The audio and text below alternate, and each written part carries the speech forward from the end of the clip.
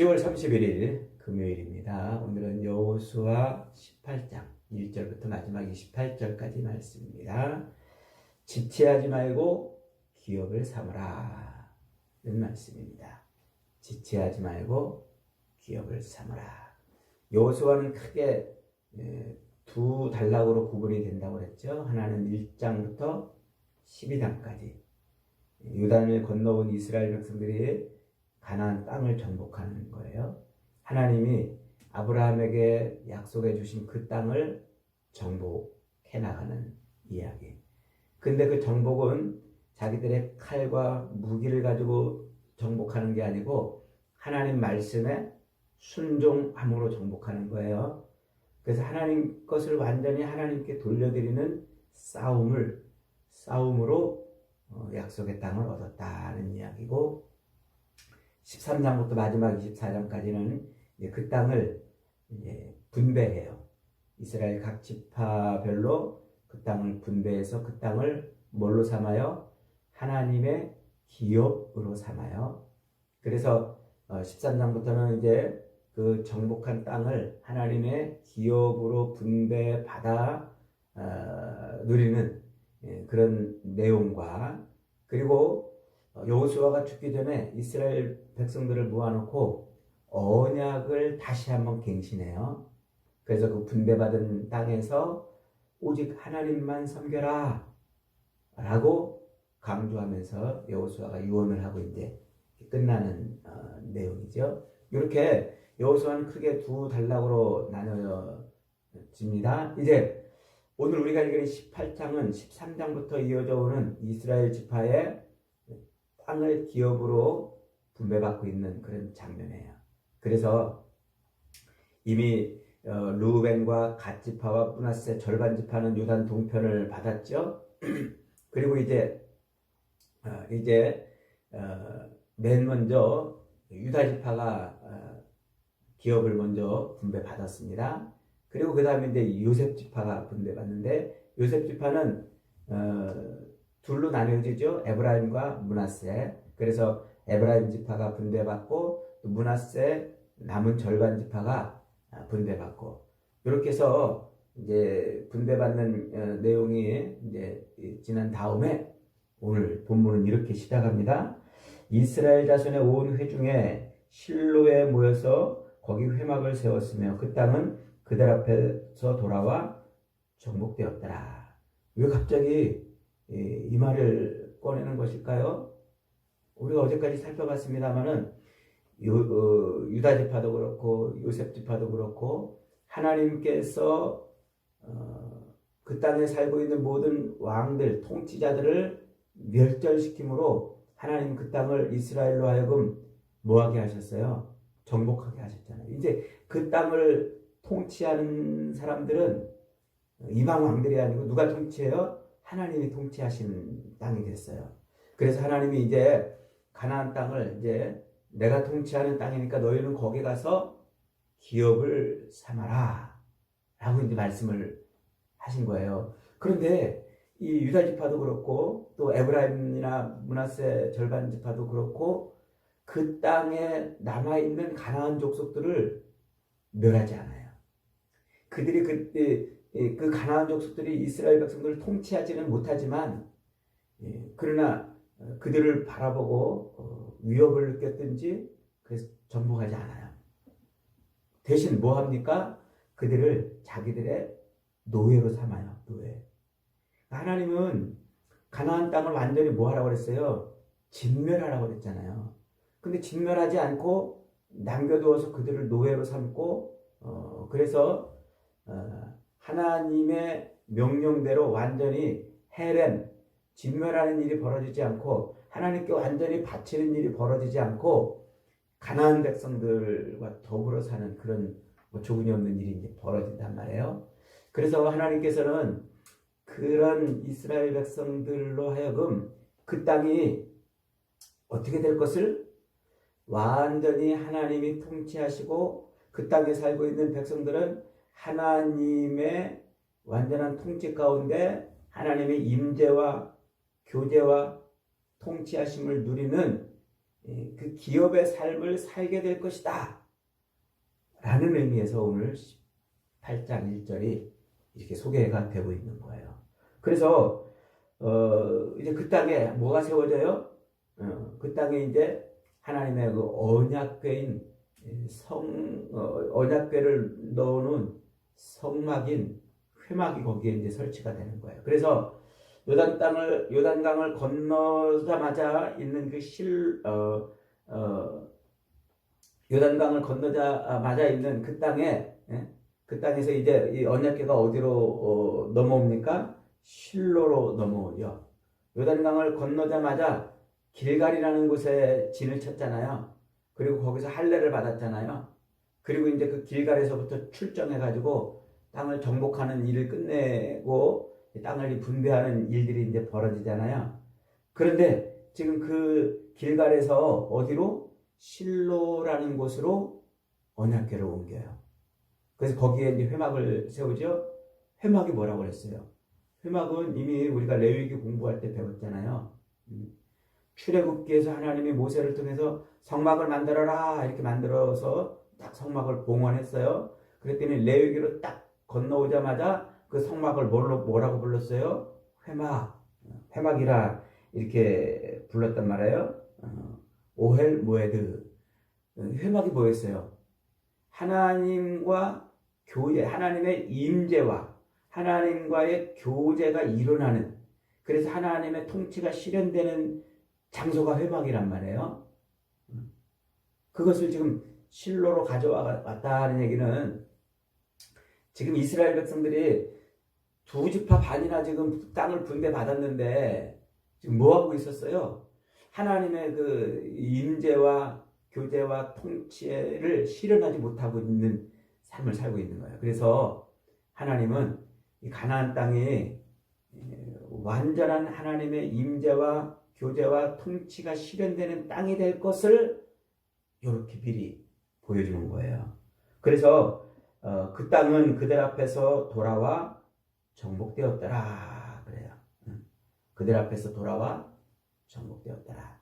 여기서 말하는 그들이 누군지는 이게 사실은 신학적으로 굉장히 해석이 좀 분분합니다만, 가나안 족속 앞에서 돌아와 정복되었다는 말인지 아니면 이스라엘 앞에서 돌아와 정복되었다는 말인지 학자들마다 해석이 다양해가지고 잘 모르겠습니다만, 제가 생각할 때는 이게 하나의 은유적 표현 같아요. 그래서 이스라엘 앞에서 돌아와 정복됐다, 이런 의미로 쓰여지는 것 같아요. 이게 나중에 이제 다니엘서에 가면은 다니엘의 예언에 의해서 이스라엘의 역사가 언제 종지부를 찍는지 이제 다니엘서 8장, 9장에서 예언하잖아요. 그 예언과 연결되어 있는 것으로 이렇게 이제 봅니다. 이게 복잡한 얘기니까 오늘 여기서는 설명하기 어렵습니다. 자, 어쨌든 지금 이제 하나님이 아직 기업을 분배받아서 기업의 삶을 누리지 못하는 이스라엘 백성들이 있음에도 불구하고, 7지파가 있음에도 불구하고 그 땅이 지금 뭐 했다는 거예요? 하나님의 기업이 되었다, 이렇게 지금 선포하고 있는 거예요. 그러니까 이게 우리가 계속 신약에서도 반복했던 이미와 아직의 그 긴장 관계에 있는 것을 설명하는 거라고 그랬죠.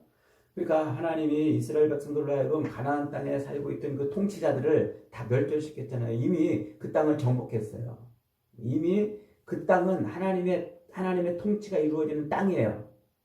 이제 그런데 아직 분배받지 않아가지고 그 땅에 들어가서 기업의 삶을 누리지 못하는 거죠. 그래서 이미와 아직 사이에 있는데 하나님은 지금 뭐라고 선포하세요?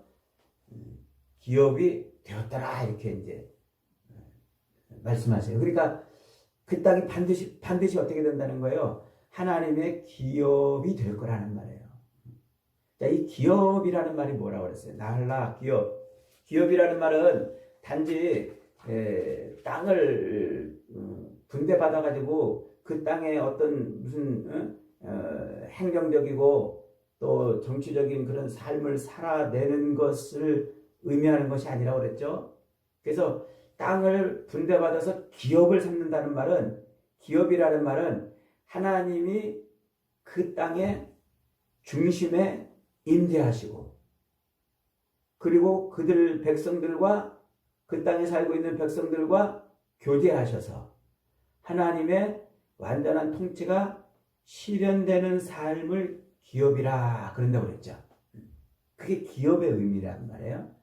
그러니까 하나님은 가나안 땅을 이방 왕들, 그 땅을 통치하던 이방 왕들을 다 진멸해내심으로 그 땅을 하나님이 이제 통치하셔요. 그러나 이스라엘 백성들이 그 땅에 들어가서 하나님의 임재와 교제와 통치를 누리는 기업의 삶을 아직 살아내지 못하기 때문에 아직 그 땅이 하나님의 완전한 기업이 안 돼 있는 거예요. 그런데 지금 하나님은 뭐 한다고요? 기업이 되었더라 그러고 선포하시면서 그 땅이 하나님의 기업이 될 것을 지금 이야기하고 있어요. 그러면서 이제 여호수아가 그 일곱 지파 아직 기업을 받지 못한 그 일곱 지파를 불러서 너희 왜 빨리 기업을 그 땅을 기업으로 분배받지 않느냐 하고 야단을 칩니다. 느닷없이 야단을 치는 거예요. 여기에도 굉장히 어떤 은유적 함추가 있는 거예요. 뭐냐면 일곱이라는 숫자는 완전수라고 그랬잖아요. 그러니까 이스라엘 지파가 아직 완전히 그 땅을 기업으로 지금 못 받았다는 얘기예요. 단순히 일곱 지파가 아니라 일곱이라는 숫자를 써서 이스라엘 백성들이 그랬다는 거예요. 입에 앞에서 그랬잖아요. 그들이 기업을 누리지 못했잖아요. 남겨놓아가지고 말이죠. 그래서 왜 너희가 그렇게 지체하느냐 하고 이렇게 책망을 해요. 여호수아가 지체한다라는 말은 게으름을 피운다. 이제 손을 놓았다. 혹은 무관심해졌다 이런 의미예요. 그러니까 이스라엘 백성들이 지금 뭐 한 거예요? 그들의 관심은 어디에 있어야 돼요? 하나님이 약속으로 주신 그 땅을 정복해서 그 땅에 들어가서 신명기 내내 들었던 그 땅에 들어가면 하나님의 말씀을 삶의 중심에 놓고 그 하나님의 말씀에 따라서 사는 하나님의 통치를 받는 삶을 사는 게 이스라엘의 주된 관심사여야 하잖아요. 그게 신명기 내내 이스라엘 백성들의 귀에 딱지가 앉을 만큼 출애굽기, 레위기, 민수기를 반복해서 해석해서 그렇게 설명해 놓잖아요. 언약궤가 이스라엘 그 가나안 땅 곳곳에 흩어질 수가 없으니까 실로라는 곳에 이제 한 곳에 머물게 되지만 너희들은 여기서 멀리 떨어져 살지만 그 대신 언약궤처럼 하나님의 말씀이 거기에 삶의 중심에 세워져서 하나님의 통치를 받는 삶을 살아라. 그게 신명기에 계속된 가르침이었잖아요. 그게 이스라엘의 주된 관심사여야 되는 거예요. 그래서 가나안 땅을 정복한 이유도 그걸 위해서 하는 것이고 그 땅에 들어가서 가나안 족속을 몰아내는 이유도 그것 때문에 하는 거예요. 그런데 지금 그들이 뭐 했다고요? 관심이 없어요. 자기들의 삶에 하나님의 말씀이 삶의 중심에 세워져서 그 율법의 말씀의 통치를 받고 사는 삶에 무관심해졌다는 말이에요. 기가 막힌 일이죠. 그래서 여호수아가 빨리 이제 기업의 땅을 분배받으라고 이제 말합니다. 그러면서 이제 각 지파에서 3명씩 뽑아가지고 너희가 분배받을 땅을 그려와라 그래요. 아마 자기들 나름대로 이제 각 지파는 이 유다와 요셉 지파가 분배받은 땅을 제외하고 나머지 곳을 돌아다니면서 여기가 좋겠네 여기 찍, 저기가 좋겠네 저기 찍, 그리고 이렇게 지도를 그려왔을 거예요. 그런데 그렇게 그려왔는데 어떻게 했습니까? 여호수아가 제비 뽑았어요. 내가 좋아가지고 내가 원하는 대로 하지 않고 하나님의 주권이 기업을 얻는 것은 하나님의 주권이라는 말이에요. 그래서 하나님께서 주권적으로 그렇게 이제 기업을 주신다는 것을 말씀하고 있고, 그 다음에 이제 그 뒤로 베냐민 지파가 드디어 기업을 받아요. 그러면서 베냐민 지파의 경계를 쭉 설명을 이제 하죠. 그렇게 경계가 이렇게 쭉 그려졌다는 것은요, 무엇을 의미합니까? 하나님의 그 언약, 아브라함에게로부터 주어졌던 그 언약, 이삭과 야곱을 이어서 모세에게 약속했던 그 언약이 이제 구체적으로 실현되고 있다 하는 것을 이 구체적인 지명들을 가지고서 설명을 해내는 거예요. 그러면서 이제 요 베냐민 지파의 경계가 딱 이렇게 이제 어디부터 어디까지고 어디부터 어디까지고 쫙 설명을 하고서 그 안에 있는 성읍들을 쫙 나열을 하고 있어요. 그래서 이 베냐민 지파의 그 성읍들이 쭉 이렇게 이제 소개가 되고 있는데, 이 베냐민 지파는 여부스 족속이 거짓으로 와가지고 투항해가지고 이스라엘에게 이제 그 살림을 받았던 그 예루살렘, 그 예루살렘을 중심으로 한 위쪽으로는 요셉 지파, 남쪽으로는 유다 지파의 그 사이에 딱 끼어 있는 곳이에요. 그러니까 남과 북을 연결하는 아주 중요한 요충지에 있는데, 여기서 가장 중요한 도시가 어디입니까? 예루살렘이에요. 예루살렘. 여부스 곧 예루살렘이라고 이렇게 그 경계를 설명하면서 그 땅을 설명하고 있는데, 그 예루살렘이 지금 어떤 상태에 있어요? 지금 지금 그 예루살렘이 아직 정복되지 못한 곳이잖아요. 여부스 족속이 자기 목숨을 살리기 위해서 거짓으로 와가지고 조약을 맺어가지고 있던 그 땅이잖아요. 그러니까 베냐민 지파 역시 아직 하나님의 완전한 기업을 누리지 못하고 있다 하는 것을 말하고 있는 거예요. 예루살렘이 완전히 정복되는 때가 언제냐면은 그 뒤로 500년이나 지난 뒤에 다윗이 이제 400여 년 지난 다음에 다윗이 그곳을 점령해요. 그래서 다윗이 이스라엘의 통합 왕이 되자마자 제일 처음 한 일이 그 예루살렘을 정복하는 일이에요. 그래서 그 땅에 언약궤를 갖다 놔요. 예루살렘을 정복하고 언약궤를. 그러면서 다윗 시대에 비로소 가나안 땅 그 전체 가장 큰 영토가 이제 정복이 되죠. 다윗 시대에 하나님의 완전한 나라가 실현됐다는 것을 의미해요. 그래서 다윗은 그 수많은 허물에도 불구하고 하나님께서 내 마음에 합한 자라고 이렇게 칭해주는 왕이 되는 이유가, 그게 하나님의 나라의 완전한 실현을 예표하기 때문에 그런 겁니다. 자, 그렇게 이제 베냐민 지파에서 하나님의 기업을 그렇게 누리는데 완전히 누리지 못하잖아요. 재미있는 것은요, 베냐민 지파에서 이스라엘의 첫 번째 왕이 나와요. 누가 나오죠? 사울왕. 사울왕이 나와가지고 이스라엘을 통치하는데, 그는 하나님의 통치의 대리자이잖아요. 그런데 그는 교만해가지고 하나님의 통치를 받지 않고 하나님의 임재하심을 받지 않고 되레 우상을 섬기고 혹은 그 거짓 영을 이렇게 섬기는 그런 어처구니 없는 일들을 해요. 그래서 그런 상태에서 도리어 하나님의 임재하심의 표상이었던 누구를 괴롭혀요? 다윗을 괴롭혀요. 그러니까 그 베냐민 지파에서 사울왕이 나와서 하나님의 임재하심의 표상이었던 다윗을 괴롭힌다는 얘기는 그 하나님의 기업을 좀 충분히 누리지 못한다는 거예요. 그러다가 어떻게 됩니까? 1000년이 지난 다음 10이라는 충만한 수가 완전수 3으로 반복되는 1000년이 지난 다음, 완전한 기간이죠. 그 1000년이 지난 다음 사도 바울이 나와요. 그 사도 바울이 어디 지파예요? 베냐민 지파예요. 그 베냐민 지파에서 사도 바울이 나와서 뭐를 선포해요? 예수 그리스도가 이 땅에 육신으로 임하심으로 그가 임마누엘, 하나님의 임재하심의 완전한 표상이다. 그러면서 그 예수 그리스도를 통해서 우리는 하나님의 완전한 기업으로 들어간다라고 선포해요. 이게 놀라운 복음의 메시지인 거죠.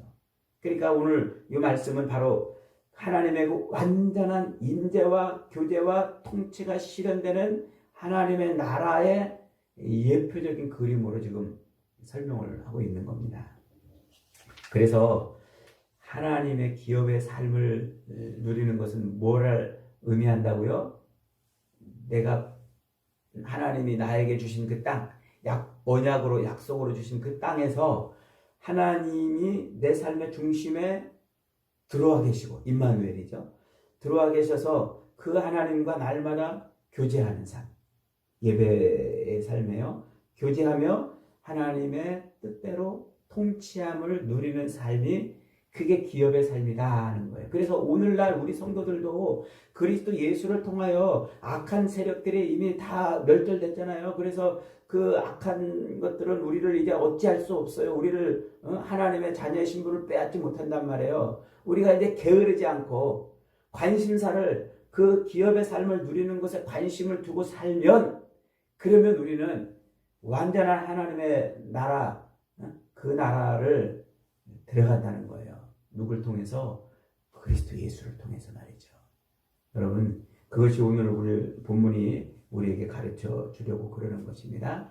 완전한 하나님의 통치하심을 누리는 완전한 하나님의 기업의 삶을 살아야, 그래야 우리가 예수 그리스도 안에서 그 나라를 상속받게 되는 겁니다. 여러분, 저와 여러분의 관심사를 세상에 두지 마세요. 오직 하나님의 기업을 누리는 삶에 둬야 됩니다. 이게 오늘 우리들의 성도들이 살아야 될 삶의 모습인 거예요. 예수 그리스도를 통해서 하나님 나라의 삶을 시작했잖아요. 그러면 하나님이 나를 통치해야 되는데, 세상에 돈이 나를 통치하고, 세상에 법이 나를 통치하고, 세상에 이런저런 문화가 나를 끌고 다니면서 이래라 저래라 하는 삶에 끌려다니면 안 되고, 무조건 하나님의 말씀이 내 삶을 지배하고 통치하고 하나님과 교제하고 교통하는 삶이 돼야 돼. 이게 하나님의 기업을 누리는 삶입니다. 이 싸움을 치열하게 싸워가는 걸 성화라 그런다고 그랬죠. 성화의 끝자락이 영화입니다. 그 영화에 들어가기 위해서, 영원한 하나님 나라에 들어가기 위해서 오늘도 저와 여러분은 이 싸움을 지체하지 말고 부지런히 싸워내야 합니다. 오늘도 부지런히 우리의 관심사를 오직 여기에 두고 그렇게 치열하게 싸워서 하나님의 기업의 삶을 누리는 복된 저와 여러분이 되시기를 주님의 이름으로 축복합니다. 아멘.